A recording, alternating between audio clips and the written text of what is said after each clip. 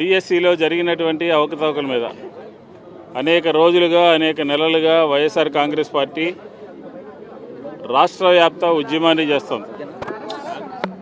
ఆ ఉద్యమం 1వ తారీఖున కలెక్టర్లందరికీ కూడా మెమోరాండాలు ఇచ్చాం, ఆధారాలతో సహా ఇచ్చాం. ప్రభుత్వానికి పంపించండి, ఎంక్వైరీ చేయించండి, సిబిఐ ఎంక్వైరీ వేయండి, లేకపోతే కేంద్ర విద్యాశాఖ మంత్రి ఏ విధంగా రాజీనామా చేశారో అదేవిధంగా నారా లోకేష్ ఆంధ్రప్రదేశ్ విద్యాశాఖ మంత్రి రాజీనామా చేయాలి అని చెప్పారు. మేము అడిగింది ఏంటి, నిరాహార దీక్షలు చేస్తూ ఉంటే, శాంతియుతంగా నిరాహార దీక్ష చేస్తూ ఉంటే విజయవాడ నగరంలో ఏ రకమైనటువంటి దాడి జరిగిందో తెలుసు.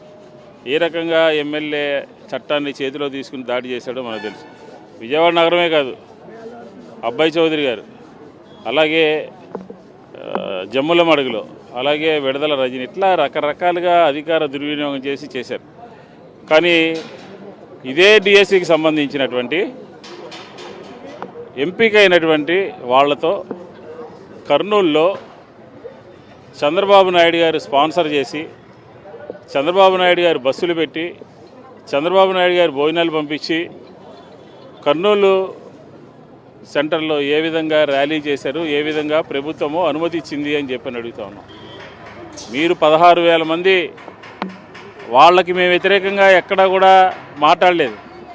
నిజమైన అభ్యర్థులు ఉన్నారో, విద్యార్థులు ఉన్నారో, యువకుల కోసం రిలే నిరాదేశ కార్యక్రమాలు చేసాం. ఈరోజు శాంతియుతంగా మేము ఆ ఒక యువకులతో విద్యార్థులతో ర్యాలీ చేస్తామని చెప్పని పర్మిషన్ ఇస్తే పోలీసులు నిజంగా తెలుగుదేశం పార్టీ కార్యకర్తలాగా నిన్నటి నుంచి వైఎస్ఆర్ కాంగ్రెస్ పార్టీ నాయకుల ఇంటికి నోటీసులు ఇచ్చి అరెస్ట్ చేస్తాం, మీరు ర్యాలీ చేస్తానికి కుదరదు అని చెప్పని ఈరోజు పోలీసులు తెలుగుదేశం పార్టీ కార్యకర్తలా మాట్లాడుతున్నారు. మీకు నిజంగా ఈరోజు కూటమి ప్రభుత్వం దమ్ముంటే జగన్మోహన్ రెడ్డి గారు ఏదైతే చెప్పారో డిఎస్సీలో అక్రమాలు చేయండి, దానికి సమాధానం చెప్పండి. మీరు ఇచ్చిన హామీలు అమలుపరచండి. అంతేగాని పోలీసులు పెట్టుకుని, రౌడీలు పెట్టుకుని ఈరోజు వైఎస్ఆర్ కాంగ్రెస్ పార్టీ వాళ్ళని ఆపాలనుకుంటే ఆగే ప్రసక్తి లేదు. ఈరోజు ఎన్ని ఒత్తిడులు ఉన్నా, ఎంతమంది పోలీసులు చెప్పినా వేలాదిగా ఈరోజు యువత బయటకు వచ్చారు.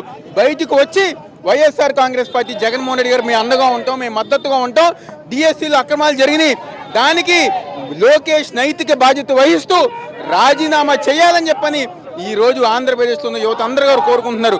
ముఖ్యంగా తూర్పు నియోజకవర్గంలో కూడా వేలాదిగా యువత బయటకు వచ్చి లోకేష్ రాజీనామా చేయాల్సిందే, చేసేంత వరకు కూడా మేము పోరాటం చేస్తామని చెప్పని ఈరోజు యువత అందరూ గారు బయటకు వచ్చారు.